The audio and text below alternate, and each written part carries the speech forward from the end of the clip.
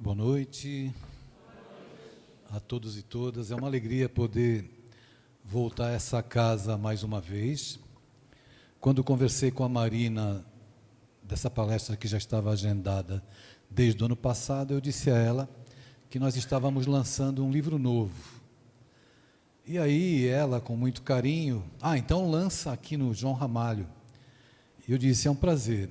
Eu estou morando em Serra Negra, e vim direto de lá para cá, com muita alegria no coração, para estar com os amigos aqui, para esse momento em que a gente comemora o nosso 104º livro, e sabendo da responsabilidade que esse trabalho vem trazendo para a minha vida, desde o primeiro livro que eu lancei em 2001. Eu estava com 40 anos, eu estou com 66, eu sei que não parece, mas já são 104 livros de lá para cá. Eu vi alguns rostos queridos aqui, não é? Tudo bem, Naera? Bom te ver, viu? Vi minha amiga Rose e outros corações amados que estão aqui conosco. Todo mundo conhece as minhas palestras aí pelo Brasil afora, sempre me vendo falar sobre as questões mais voltadas para a saúde emocional das crianças, dos jovens, da família de uma maneira geral.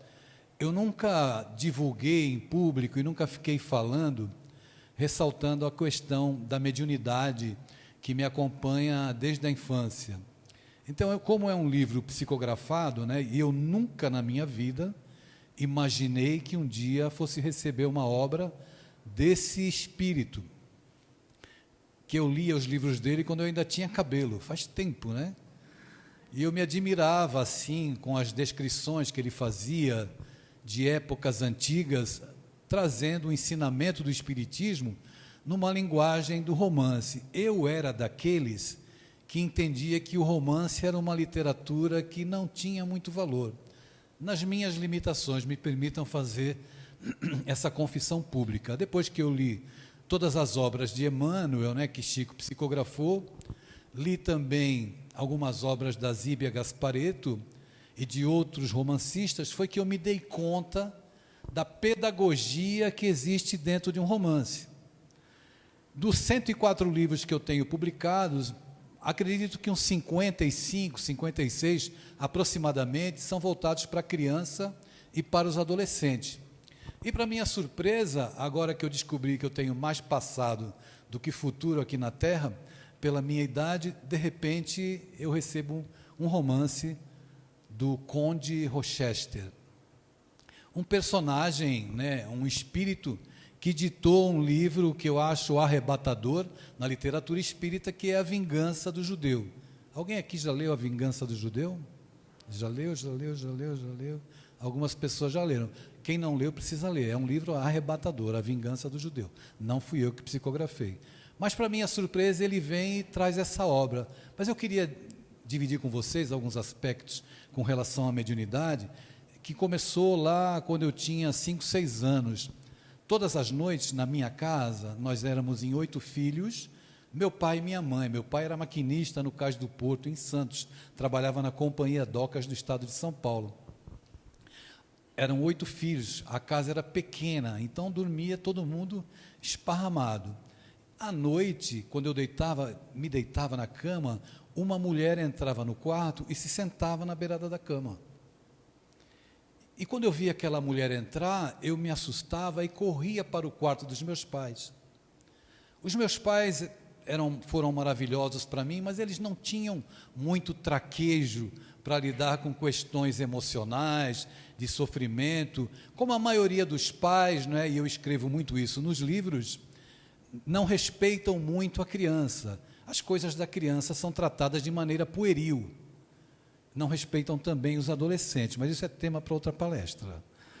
E aí, eu não era respeitado pelos meus pais. Eu ia, chorava, tem uma mulher lá na minha cama, e eles brigavam comigo. Se você não voltar para o quarto, você vai apanhar. E a minha mãe era daquelas assim, ela não errava pontaria, sabe? Quando ela caprichava no chinelo na bunda, eu tinha dificuldade para sentar, para vocês terem uma ideia. E quando ela ameaçava, eu voltava correndo para o quarto. Eu corria para o quarto e cobria a cabeça. e fechava os meus olhos com muita força, porque eu não queria ver mais aquela mulher. Um dia, depois de muitas ameaças, o meu pai pediu para que eu descrevesse a mulher que eu via. E quando eu descrevi a mulher, ele ficou espantado, porque era a irmã dele que tinha morrido já há muitos anos, e eu não a havia conhecido. Então a minha vida foi sendo permeada de fatos que eram meio inexplicáveis, e eu não contava para ninguém para não passar pelo ridículo das pessoas acharem ou ele é maluco, ou tem alguma coisa errada com ele.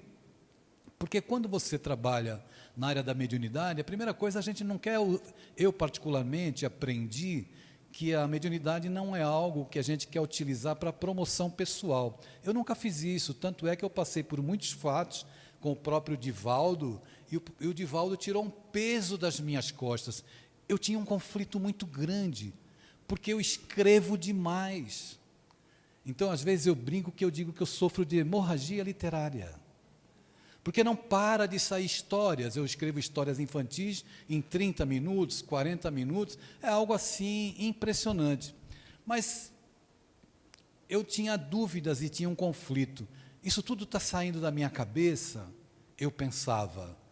E na casa espírita, quando eu trabalhava nas reuniões mediúnicas, eu recebia mensagens de Maria Dolores, recebia mensagens de alguns espíritos, e tinha vergonha, não, mas esse espírito, porque as pessoas são assim, elas não estudam Kardec, e elas acham que alguns espíritos só podem se comunicar com alguns médiuns. E os espíritos podem se comunicar com qualquer um, desde que você ofereça condições psíquicas. Não precisa ser santo para receber mensagem de espírito. Não precisa ser canonizado.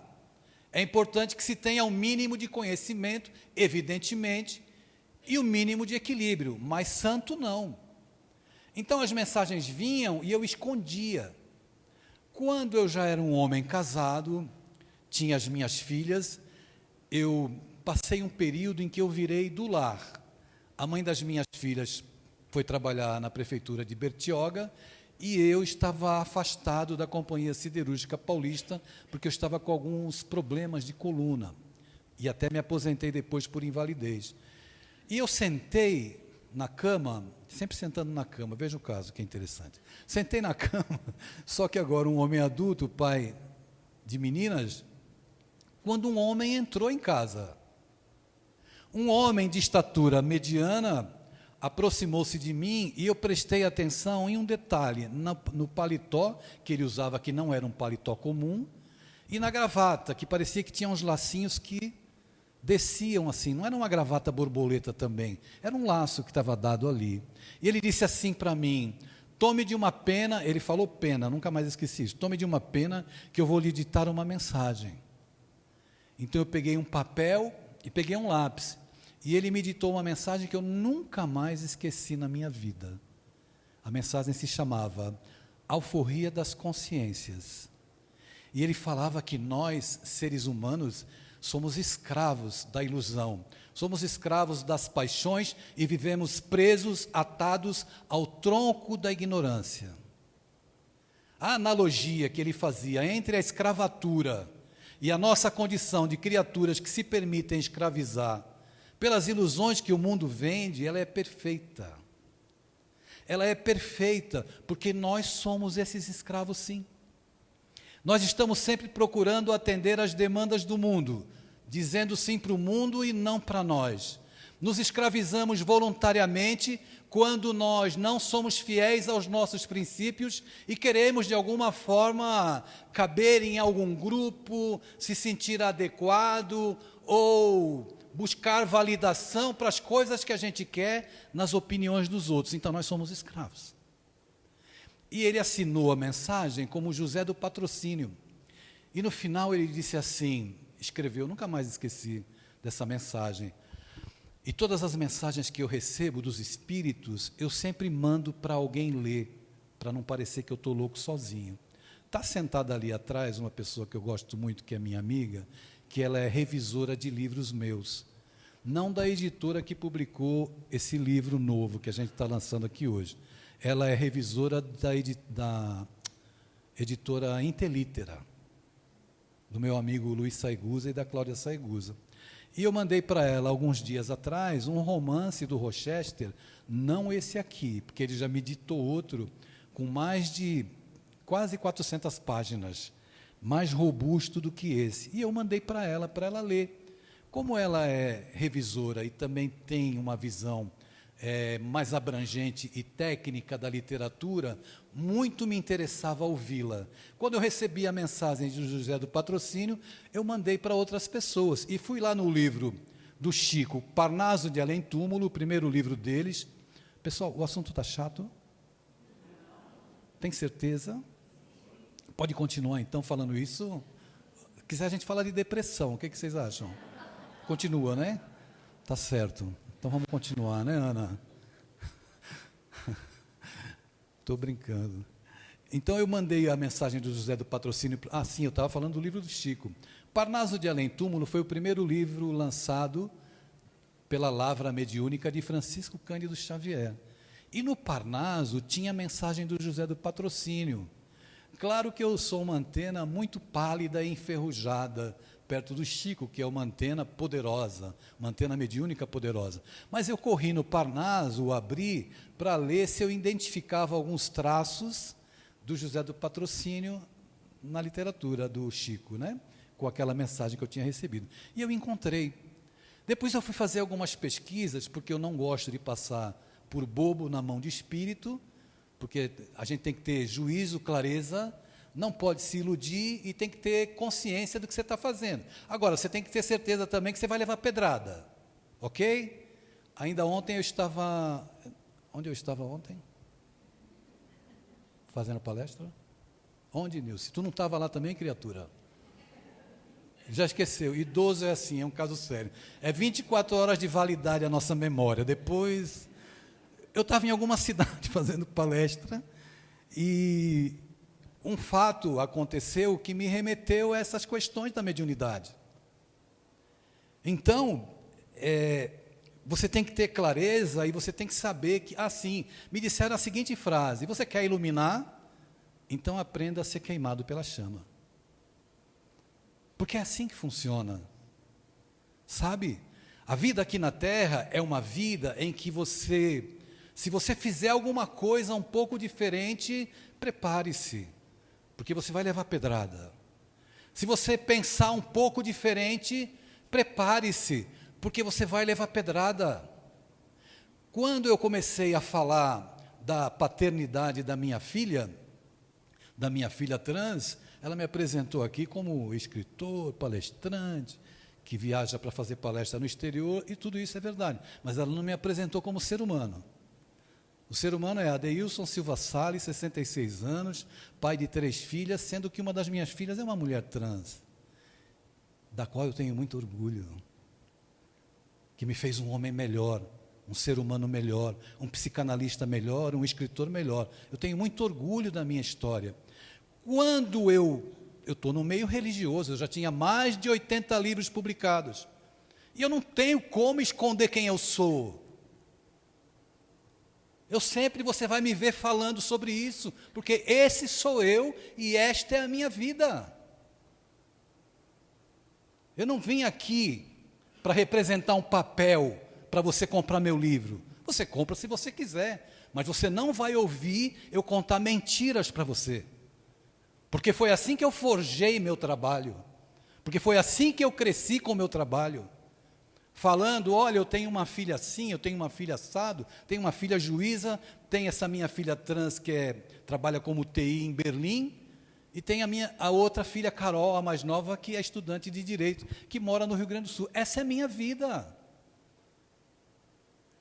E os espíritos, eles não querem santos, eles querem seres humanos humanizados. Essa coisa da gente medir a vida dos outros para achar que a gente está numa posição falsa, mentirosa, para angariar simpatia, não vai angariar simpatia, porque os espíritos sabem o que acontece conosco e sabem principalmente o que se passa no nosso coração. Principalmente isso. Nós podemos aqui usar uma maquiagem e parecer de alguma forma pessoas minimamente interessantes, mas Fiz essa pergunta na palestra ontem, isso eu me lembro. Quem é você? Quem é você? Você sabe quem é você?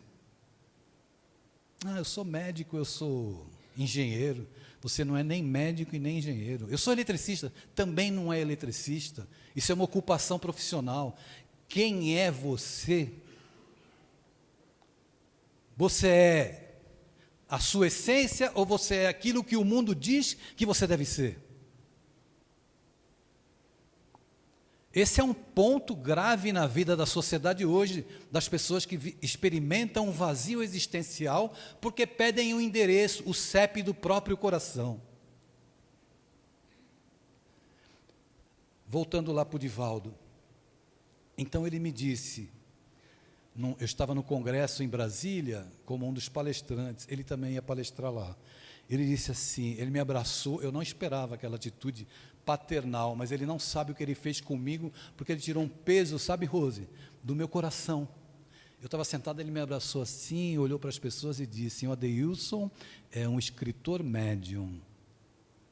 Quando ele falou escritor médium, eu falei, meu Deus, foi uma alegria e uma tristeza. A alegria de saber que eu era médium, a tristeza de achar que era escritor e que escrevia tudo sozinho, não escrevia.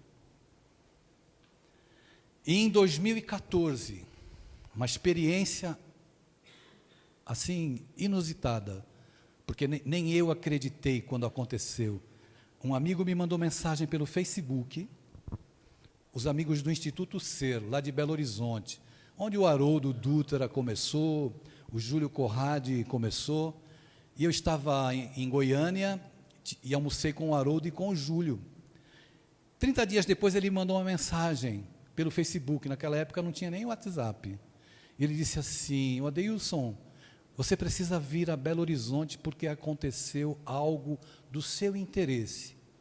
Eu falei, mas morando em Santos, o que é que eu vou fazer em Belo Horizonte? Venha a Belo Horizonte porque aconteceu algo do seu interesse. E aí eu disse assim para ele, arruma um lugar para que eu possa dormir, que eu vou comprar as passagens aéreas e irei para Belo Horizonte. Comprei as passagens aéreas, não esqueço, 14 anos atrás, 199 para ir, 199 para voltar, eu paguei. Fui para Belo Horizonte, desembarquei em Confins, 11h30 da manhã. Eu entro no carro dele e ele começa com uma conversa muito estranha para o meu lado. Ele diz assim, mãe, Deus, eu vou falar para você, não sei se você vai acreditar, mas se você não acreditar, você pode, eu te levo de volta para pegar o avião para São Paulo e tal. Mas rapaz, o que está acontecendo? Diga, o que houve? Ele falou, não fomos nós que te chamamos aqui. Como não foi? Foram os espíritos. Eu não sabia que espírito tinha Facebook. Foram os espíritos, Adeilson. Eu vou te levar para almoçar agora, às 14 horas tem uma reunião no Instituto Meimei, em Belo Horizonte. Você almoça, 14 horas reunião mediúnica, você vai para a mesa mediúnica, o espírito incorpora lá na médium e tu pergunta para ele, o que ele quer de ti? Eu só consegui comer 3 folhas de alface. Tal processo de ansiedade que eu vivia. Porque aquilo era uma coisa maluca. Como é que alguém te tira de São Paulo para te dizer que os espíritos te chamaram? Vejam, essas histórias todas que permeiam a minha vida, eu nunca tornei públicas. Eu estou tornando públicas agora, devido à minha responsabilidade, que eu devo ter minimamente com o trabalho da mediunidade. Almoçamos, fomos para o Instituto Meimei. Cheguei lá, conheci a senhora Cláudia, filha do senhor Honório Abreu, e a senhora Tânia Ioli, irmã da Cláudia, as 2 filhas do seu Honório Abreu, que foi quem ensinou o evangelho para o Haroldo Dutra Dias, que é uma pessoa aí muito querida no meio espírita, né? Vocês conhecem ele, Haroldo, ou não? Conhecem, né? Pessoal, respondam para acabar logo. Conhecem ou não? Vai acabar. Nem vai doer. E aí, chegando lá, menino, leia-se uma mensagem no início da reunião. Estava sentada ali uma filha do seu Honório, eu sentei aqui onde está o Carlos, sentou uma mulher que eu nunca vi na minha frente, o Júlio sentou do lado do Carlos aqui, e a outra filha do seu Honório, perdão, sobrinha, as 2 filhas do seu Lúcio Abreu, que é irmão do seu Honório. O Júlio pegou o gravador, ligou, colocou na mesa, leu uma mensagem, o Espírito incorporou na mulher lá que eu nunca vi na vida e disse assim: eu mandei te chamar aqui porque a gente fica do teu lado te falando as coisas e tu não acredita. Você acredita numa história dessa? Aconteceu. E eles me disseram naquele dia: estamos nos apropriando da sua vida. Tem uma fila de espírito para escrever. Mas só que eu não ouvi, embora eu tenha a conversa gravada há 14 anos, 50 minutos, eu não prestei atenção no que estavam dizendo para mim. Eu preferi prestar atenção em outras coisas do meu interesse pessoal. Mas os conselhos foram dados, e um conselho que repercute na minha alma até hoje, no meu ouvido, na minha careca, é: seja dócil ao aguilhão da dor que irá te visitar. Você sabe que se eu não tivesse sido dócil, essa hora você ia levar livro para mim na cadeia. Eu fui agredido fisicamente, psicologicamente e espiritualmente. Nunca falei isso publicamente. Se eu revidasse, eu teria ido preso. E, graças a Deus, eu não revidei. As provas foram chegando aos poucos. Aí você vai dizer assim: não, Adeilson, mas você escreve livros. Meu amigo, minha amiga que está aqui comigo essa noite, você também é visitado por provas. Você também é desafiado a sair do lugar comum. Você também recebe influências que às vezes você não se dá conta. Quando você perde o controle emocional sobre a sua vida, é nessa hora que a pergunta 459 do Livro dos Espíritos tem uma prova quase cartesiana. 2 mais 2 são 4. Pergunta 459. Os espíritos influenciam a nossa vida? Estávamos bem ensaiados. Sim, influenciam. Muito mais do que imaginais. De ordinário, são eles que vos dirigem. Não está isso lá no Livro dos Espíritos? Quando eu li isso, eu senti uma indignação. Como é que algum espírito vai me dirigir? Isso é conversa de gente fanática. Mas o tempo veio me mostrar, para que eu pudesse aprender, que nós somos dirigidos pelos espíritos. Sabe quando?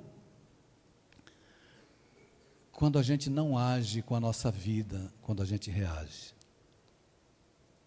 Quando alguém lhe sequestra emocionalmente, você está bem, você acordou bem, era até o teu dia de bonito, você vai lá no banheiro: olha o meu dia de bonito hoje. De repente você encontra alguém no corredor da tua casa, que não está bem emocionalmente, você fala, dá bom dia, e a pessoa te sequestra com uma resposta que te desacomoda, e quando a pessoa dá a resposta que te desacomoda, o que que a gente faz? A gente revida. Então, todas as vezes que nós revidamos, meus amigos, todas as vezes que nós revidamos aos perturbados, todas as vezes que a gente pega o mal dos outros para nós, todas as vezes que alguém fala alguma coisa e a gente passa recibo, todos esses momentos, o nosso psiquismo se abre e os espíritos inoculam, eles potencializam o mal-estar. Então tome cuidado, se você tiver com diferença com alguém, ok? Pode ser mãe, pode ser pai, marido, filho, não importa. Começa com um sentimento de hostilidade e de animosidade. Daqui a pouco você está querendo esfolar a pessoa. Ou daqui a pouco você não suporta mais ouvir a voz da pessoa. Tem a tua porcentagem de responsabilidade? Tem. Porque a gente sempre deixa a porta aberta. Não adianta se queixar do vento que entrou na tua casa e bagunçou tudo, se foi você que largou a porta aberta. Então veja, eles acabam nos dirigindo como marionetes, porque nós somos criaturas instáveis emocionalmente. E quando você é instável emocionalmente, a chance de você ser dominado, a chance de você ser envolvido, a chance de você cometer um crime e depois você dizer assim: não, mas eu perdi a cabeça. Você não perdeu a cabeça, e foi cultivando a animosidade.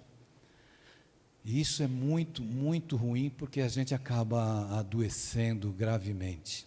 Então é importante, muito importante. Nós somos espíritos imortais vivendo uma experiência humana. Diga-me o que tu pensas, que eu te direi quem te acompanha espiritualmente. Diga-me o que tu curte também nas redes sociais, que eu consigo descobrir aquilo que nutre o teu coração. Então, a beleza do espiritismo, da mensagem, do conhecimento, de você saber e ter conhecimento, saber com muita ciência e clareza de que é necessário você estar atento às suas dores emocionais, porque a partir das dores emocionais se abre um portal para que as influências espirituais se aproximem de você e exerçam um papel que pode não ser muito legal. Você pode falar assim para mim, mas Adeilson, é só essas influências? Não, tem as influências dos benfeitores, tem as influências desses espíritos amados que cuidam da gente, que procuram tutelar o nosso caminho. Tem as influências dos teus entes queridos, que te amam e que te antecederam na viagem de volta ao mundo espiritual.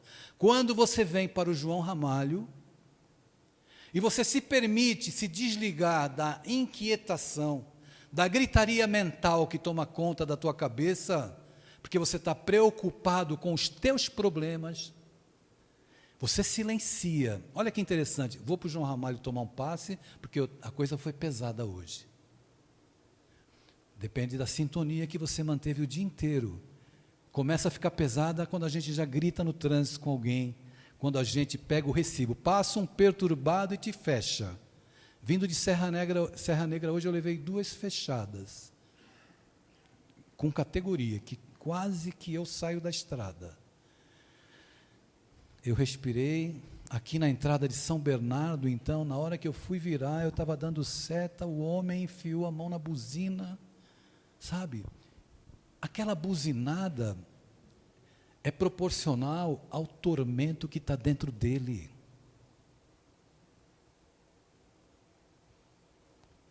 E a gente absorve. Nós pegamos para nós o mal que não nos pertence, levamos conosco. Então, evidentemente que eu disse há pouco e vou repetir, nós somos sequestrados cotidianamente pelas pessoas desequilibradas. E pessoa desequilibrada está dentro de casa também. Seja filho, seja mãe, seja pai, seja marido, seja mulher. As coisas se dão dessa forma, mas existe também as belezas que são trazidas pelos espíritos amigos, pelo seu pai que te antecedeu na viagem de volta, pela sua mãe. Eu conto nas palestras sobre a minha relação com o meu pai. Já contei aqui, em palestras anteriores, que meu pai nunca me abraçou. Nunca. Eu abracei ele 3 vezes durante a vida, e abraçar meu pai era como abraçar essa cadeira aqui. Ele ficava rijo. Às vezes eu olhava para o meu pai, eu me recordo, ele estava sentado na poltrona da sala, e ele ficava com a face, o rosto, encolerizado. Ele reclamava, sozinho. Eu não tinha compreensão nem entendimento para saber o que se passa com ele para que ele haja dessa forma. O tempo passou, meu pai desencarnou, há 40 anos atrás, 40. Eu nunca tive contato com meu pai. Essa tal da mediunidade parece que é uma coisa horrorosa, porque é só para escrever livro. Eu quero falar com o meu pai, quero falar com a minha mãe, e aí?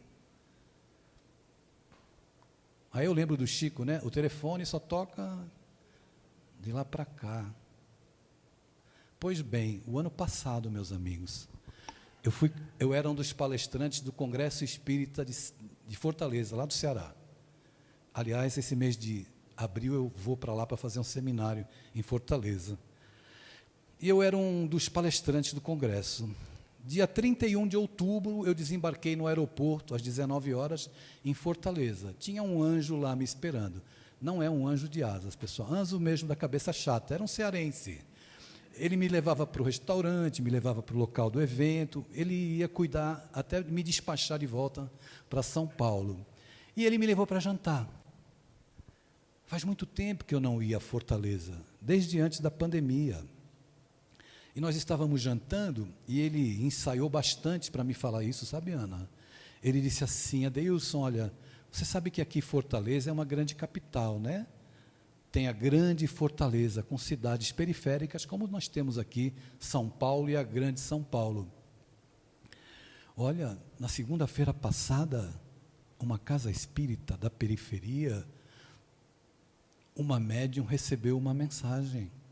E parece que essa mensagem é para você. Falei, mas meu Deus, eu estou lá em São Paulo e venho para o Ceará para receber uma mensagem? Que coisa maluca. Mas amanhã vão te entregar lá no congresso. Pois bem, fui para o congresso, na parte da manhã aproximou-se de mim uma professora universitária da Universidade Federal do Ceará, dirigente espírita. Ela me entregou um envelope grampeado, eu abri, a primeira frase que estava escrito assim no envelope, na carta: meu filho, me perdoa.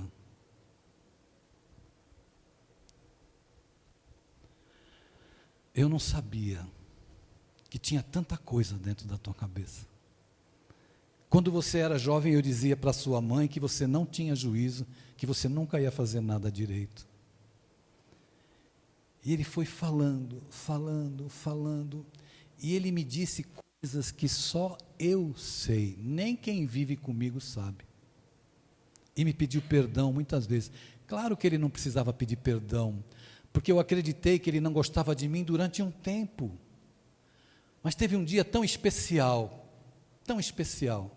que eu decidi tirar dele o título de pai. Não é mais meu pai. O nome dele era Roque.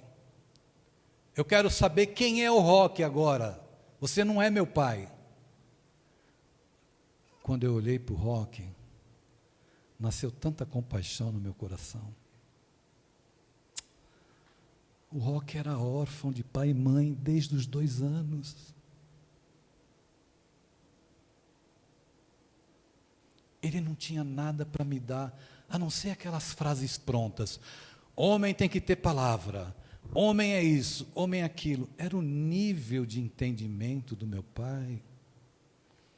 Então eu descobri que existia um ser humano atrás do meu pai. Você já parou para pensar que existe um ser humano atrás do seu pai e da sua mãe? Você já parou para pensar que essas pessoas que te desacomodam, que te incomodam, elas têm uma história?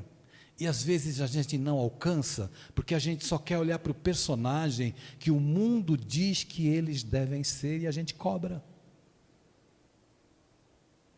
Faça essa experiência com alguém que você pensa assim: mas meu pai, ele não me abraçava. Por que não me abraçava? Não é possível. Eu descobri. Aí eu devolvi o título para ele. E tenho muito orgulho dele ser meu pai. E 40 anos depois, a mediunidade veio trazer para mim um abraço do meu pai, de forma inesquecível e arrebatadora para minha alma. Mas a mediunidade é isso, ela encanta, ela arrebata. E é evidente que a gente tem como parâmetro Chico, que ele não psicografou apenas livros e cartas.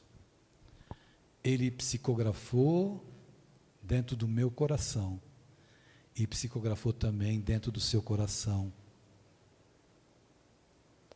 Como homem simples, que trouxe poemas, cantos de esperança, canções de caridade Há mistérios peregrinos nos mistérios dos destinos que nos mandam renascer.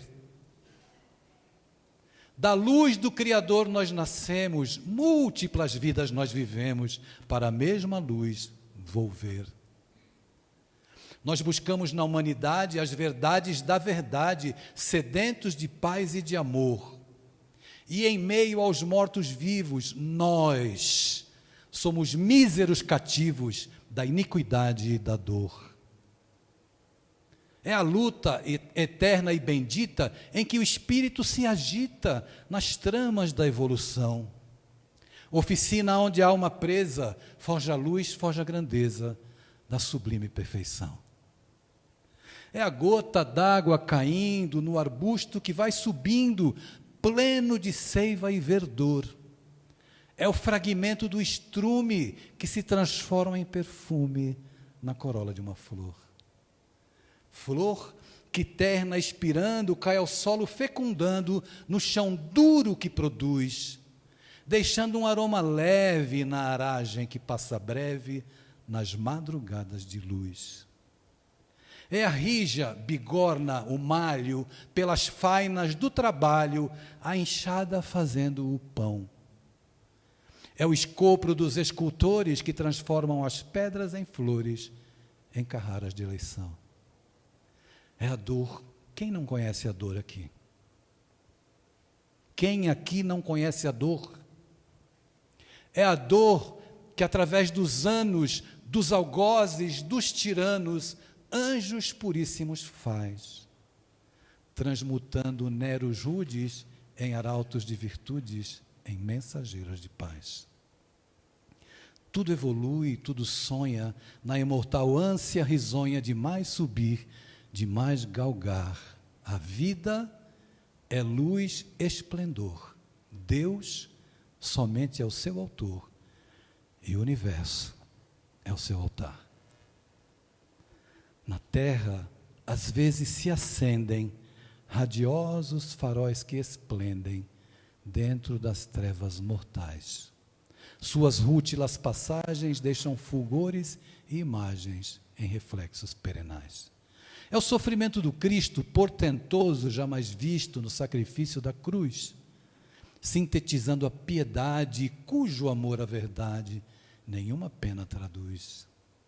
É Sócrates e a cicuta, é César trazendo a luta, tirânico e lutador.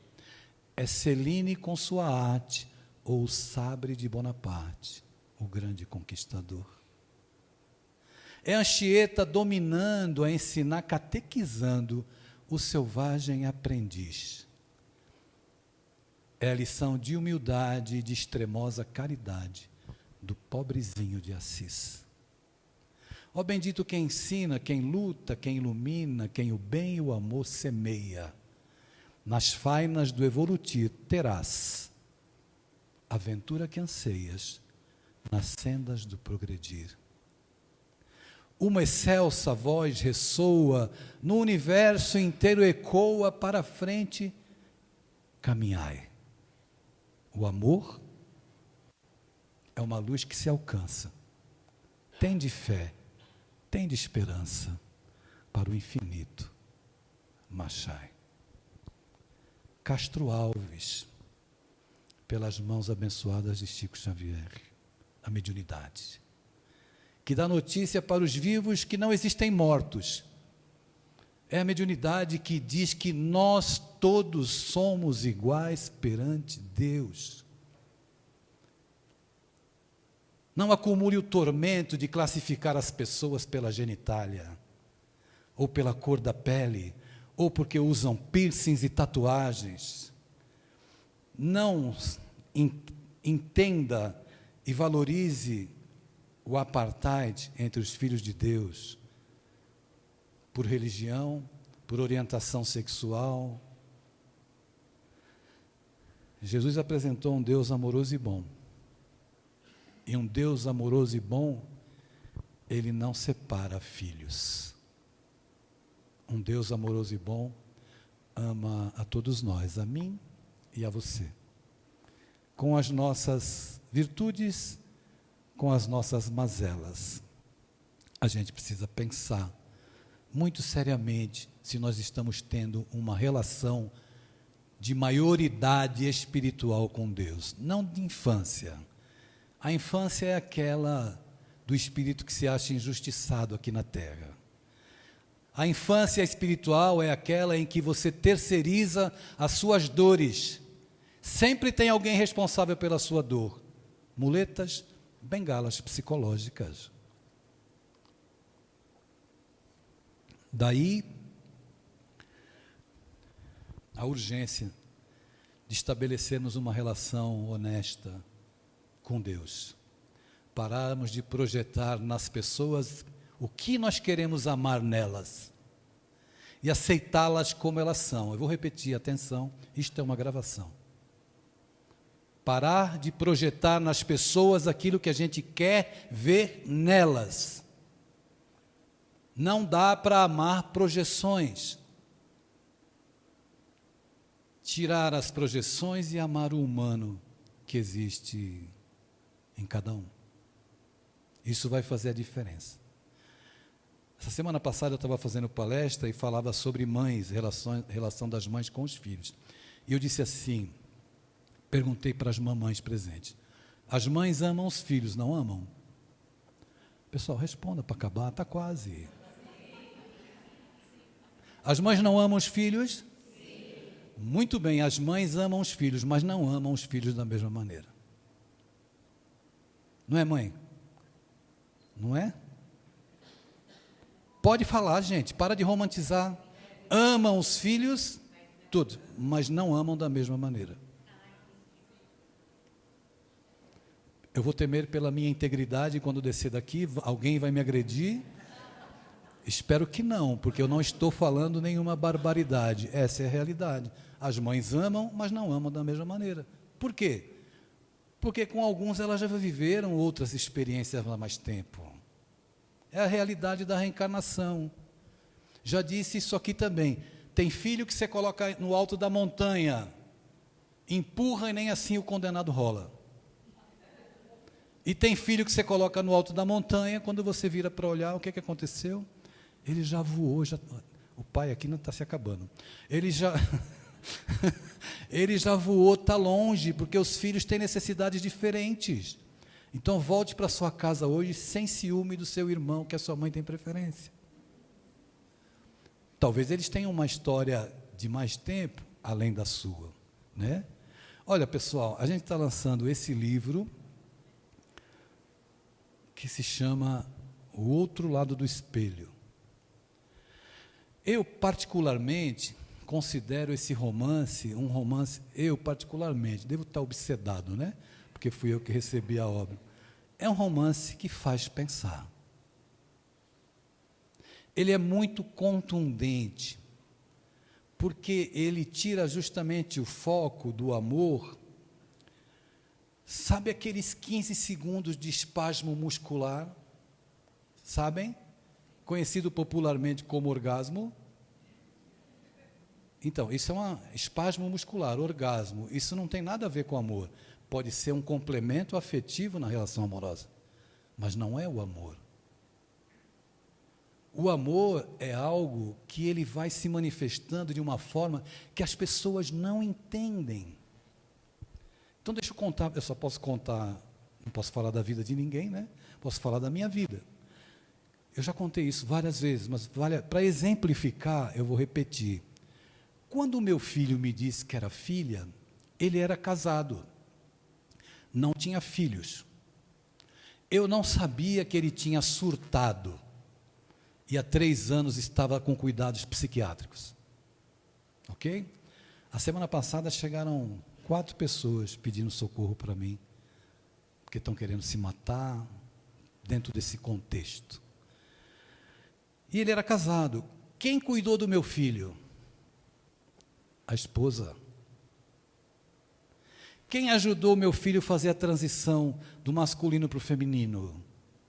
A esposa. Quem está casada, vivendo com a minha filha em Berlim há 10 anos?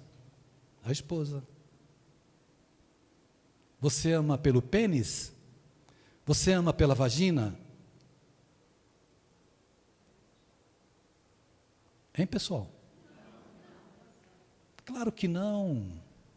A gente até se empolga no começo, mas depois o amor vai ganhando outras formas, não é verdade? Outras formas que não residem na genitália. Então, o amor é algo que está acima. O amor transcende o corpo. Mas por que nós estamos aqui no mundo sensível, como diz Platão, na sua dualidade, falando para a gente tomar cuidado com o mundo sensível e o mundo inteligível. O mundo inteligível é o mundo das ideias, ou para nós espíritas, o mundo espiritual. Mas tem o mundo sensível. O mundo sensível é aquele que fala mais de perto da nossa carninha. Esse mundo nos ilude e nos engana. Então, confunde-se muitas vezes afeto, paixão, com amor. O amor, ele perdura. O amor, ele não faz com que... Eu não quero amar a minha projeção. Você tem que usar a roupa que eu estou dizendo para você usar. Você não pode sair com aquela sua amiga. Eu não estou te amando, eu estou te moldando pela minha projeção para você ser o que eu quero. E se você atende, e as mulheres, muitas são tolinhas, atendem, né? Eu escrevi um livro sobre feminicídio, que se chama Até que a Posse nos Separe, que será lançado. E esse livro, eu trabalho como psicanalista, estudando a mente perversa que se autoriza a matar. Então, existem frases, por exemplo, o racismo no Brasil, ele é estrutural. Concordam comigo? O Brasil tem 526 anos, quase 400 foi sob o guante da escravidão. Vou repetir, Brasil tem 526 anos, quase 400 anos foi sob o guante da escravidão. Quem é que tem coragem de dizer que aqui não tem racismo? Da mesma forma que o racismo é estrutural, o machismo também é estrutural. Meu amor, você é minha. A mulher fala, meu Deus, ele me ama, ele falou que eu sou dele. Isso é machismo estrutural. A gente não se apercebe que o nosso vocabulário retrata culturalmente essas práticas misóginas, racistas, preconceituosas, homofóbicas. Então, o trabalho nosso como espírito de um planeta em evolução, qual é? Estudar, minha gente, aprender, olhar para as pessoas sem olhar para aquilo que elas são e por aquilo que elas escolhem fazer das suas vidas. E quando eu me incomodo com alguém, eu estou precisando de tratamento. Pode até marcar um horário comigo a semana que vem, se quiser. Não é? E aqui nesse livro, ele começa de maneira arrebatadora, um personagem, na época da Inquisição, começa em 1643, na cidade de Toledo, na Espanha. Eu recebi do Espírito e depois eu tive que conferir os nomes e os lugares para saber se existiam esses lugares, porque eu não sabia. E só li uma obra de Rochester, então eu não sabia nem o perfil literário. E quando eu mandei para a editora que, ora, acreditou no nosso trabalho e publicou, a moça que recebeu a obra, ela me disse assim, Adeilson, eu sou especialista em Rochester, eu li todos os livros dele. Falei, bom, agora eu estou no céu, eu estou no inferno, né? Ela leu, Nayara, não sei se você sabe, ela disse assim, porque o primeiro médium a receber obras do Rochester foi a médium russa Vera Krivinovskaya, não foi isso? Vocês têm conhecimento, né? E ela disse assim, quem mais se aproxima da Vera Krivinovskaya é o Adeilson Petkovic. Adeilson Salles, eu fiquei assim impactado e feliz por receber esse aval para o nosso trabalho. Tempos atrás, se você falasse no meio espírita isso, iam dizer, nossa, ele é convencido, ele não é humilde. Richard Simonetti me ensinou a humildade, eu nunca esqueço dele, porque ele foi um mestre para mim. Pude trabalhar com ele um tempo.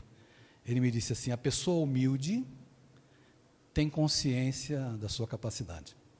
Não é, Carlos? A humildade se reflete, não é na camiseta furada, nem no chinelo de dedo, é você ter consciência. Mais do que ter consciência, é ter responsabilidade com o que você faz com os talentos que Deus te deu. E a gente tem que assumir, eu sou filho de Deus, Ele me deu um talento, eu não posso deixar enterrado. Lembram da parábola dos talentos? Nós não podemos enterrar. Não enterre os seus. Tenha um olhar diferente para si mesmo. Tenha compaixão por si mesmo. Para de viver com o rótulo que te deram, seja teu pai, tua mãe. Não importa quem te rotulou. Não importa quem disse que você não conseguiria. Você vai conseguir sim. Mas você precisa ter um olhar amoroso para si mesmo. E aí Rochester traz a história desse personagem. Na época da Inquisição, olhavam para ele como uma pessoa suspeita, porque ele era médium. Só que ele era vigiado pela igreja. Então ele encontra uma jovem, pela qual ele se apaixona. Enfim, eu não posso ficar dando spoiler, né, pessoal, para vocês lerem o livro. A história é muito bonita, muito bonita. Depois esses espíritos vão se encontrar em outra vida, mas eu também não posso dar spoiler. Eu sei que é uma história arrebatadora. E o segundo encontro, então, a gente fica muito enternecido. Bem, se você quiser conhecer meu trabalho, quem não conhece, Adeilson Salles, escritor, lá no Instagram. Podem seguir a editora Vida e Consciência, a página... Lembram da Zíbia Gasparetto? Ela não era muito conhecida. A Vida e Consciência ninguém conhece, mas tu fala da Zíbia, todo mundo conhece. Então, editora Vida e Consciência, que foi fundada pela dona Zíbia. Aqui, o outro lado do espelho, nós estaremos ali embaixo com alguns exemplares. Quem quiser receber autógrafo, hoje está com o preço especial, porque é lançamento, aqui nesta casa. Eu não posso encerrar sem agradecer a direção da casa, como eu não sei quem é. É tu o presidente, Ana? É a Marina a presidente? Sim, sim.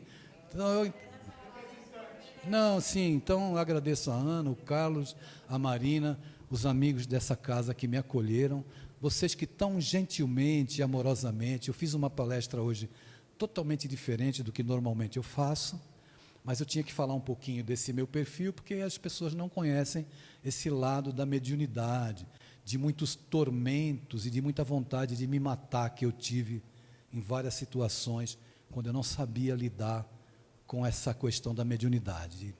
Lá no Livro dos Médiuns, capítulo 14, item 149, Allan Kardec diz assim: todo aquele que sente em um grau qualquer a influência dos espíritos, é por isso mesmo? Médium. Isso? Todo mundo faltou no estudo desse dia, pessoal? Médium. Alguns são mais ostensivos, outros são menos ostensivos, mas todos trazem alguns rudimentos da mediunidade. E se não bastasse essa informação, vou voltar lá para o livro dos Espíritos, que eu... Sim, pergunta 459 também, que eu usei no começo. Que os espíritos influenciam a nossa vida. Então, de alguma forma, nós recebemos energias, vibrações, intuições. Se elas são boas ou não, depende do que a gente cultiva no nosso coração. E aí, a escolha é sempre sua. É você sempre que irá escolher. Mas, é até as 9, né, Ana? É isso? Mas eu quero deixar aqui para você uma história de esperança. Que você não está sozinho, você não está sozinha, você não está à revelia do amor de Deus, ninguém está, mas nós fazemos as nossas escolhas, e as nossas escolhas, elas têm a ver com as nossas predileções, com os nossos sentimentos, e quando fazemos escolhas, acabamos atraindo as companhias espirituais. Eu trouxe outros títulos, não vou falar dele, acho que eu vou falar do 104 agora. Brincadeira, pessoal. Um dos meus livros que mais está vendendo hoje, mas está vendendo, é esse livro aqui. Filhos, falar ou conversar? Eu estou recebendo convites quase que diariamente para fazer seminário sobre esse livro. Aqui, a Nayara está fazendo uma foto, deixa eu ficar bonito aqui, para a editora ver que eu trabalhei divulgando o livro, né, Nayara? Vem aqui perto, Nayara, chega aqui perto. Pessoal, dá licença no meu momento. Então eu falei do Filhos Falaram Conversar, e o outro livro que está emocionando muito as pessoas é essa obra de Bezerra de Menezes, que se chama Um Céu para o Meu Filho, que é um livro emocionante. Tá bom, Nayara? Chega. Essa moça tem um talento. Entrem lá na página, no meu Instagram, e vejam as montagens que ela fez para esse livro aqui. Ela está representando uma equipe. São quantas pessoas, Nayara? Na criação, uns 4. 4 pessoas na criação. Vejam lá na minha página no Instagram a beleza de vídeo que esse pessoal da Vida e Consciência, eles são muito competentes, muito competentes. Falei dela porque a única pessoa, eu não lembro das outras, eu não conheci, né, Nayara? Não cheguei naquela reunião, foi só com você, né, presente, representando a equipe de criação. Sim, mas tem uma equipe, é um trabalho primoroso que eles fazem, não é? A editora Vida e Consciência, realmente, ela capricha nos livros. A gente vai se encaminhar para o encerramento. Eu estava atacado hoje, hein? Até Castro Alves eu declamei aqui. E não esqueci. Agradecendo ao Senhor da vida por esta casa que nos acolhe. Os pioneiros que fizeram as fundações, né, Carlos? Para que nós estivéssemos aqui hoje. Essa casa que a gente pode considerar hoje como o Poço de Jacó. Sabe o Poço de Jacó? Quando Jesus se senta e a mulher samaritana vem. E o samaritano, naquela época, se a gente fizer uma analogia com as castas da sociedade indiana, o samaritano não era nem considerado gente, não é? Mas a samaritana vem e os judeus eram de uma casta altíssima. Aí vem a mulher samaritana, Jesus vira para ela e diz assim: dá-me de beber. Ela leva um susto, quase que ela infarta. Como é que um judeu fala comigo? Como um judeu fala comigo, que não sou nada para o mundo? Então Jesus diz a ela que se ela tomar da água que ele tem para oferecer, ela não vai ter mais sede. E hoje, nós estamos aqui à beira do Poço de Jacó para bebermos dessa água, porque nós passamos a maior parte do tempo na vida tomando água salgada da ilusão. Água salgada, quanto mais você bebe, mais sede você tem. Contei aqui da minha paciente que quando surta, compra a noite inteira na Amazon até estourar o cartão. Ela está com sede. Ela está com sede. As nossas sedes não são iguais.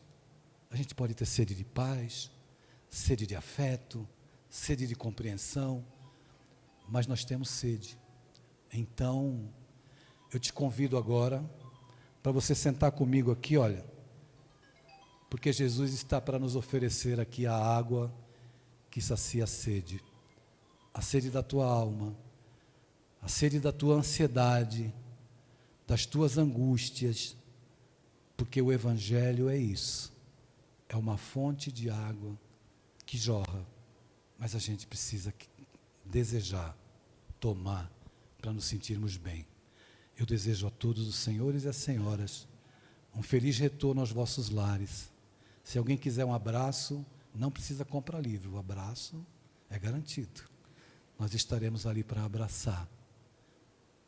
Que todos possam voltar em paz para os vossos lares, porque é tão maravilhoso ter um lar. Não é verdade? Não é maravilhoso ter um lar? Não é importante se esse lar é uma mansão, ou se é um ninho, ou se é uma casa no caminho, na tapera, uma favela, um bangalô, seja lá o que for. O importante é que dentro dele exista a figura do amor, de mãe ou de pai, de esposa ou de marido, a presença de um filho, ou pelo menos a companhia de um cão, porque é muito triste viver na solidão. Mas se eu ninguém tiver para me amar, nem um teto para me agasalhar, nem uma cama para me deitar, nem aí reclamarei. Pelo contrário, eu te direi: obrigado, Senhor, porque eu nasci. Muito obrigado, porque eu creio em Ti. Pelos senhores, pelas senhoras. Muito obrigado, Senhor. Muita paz.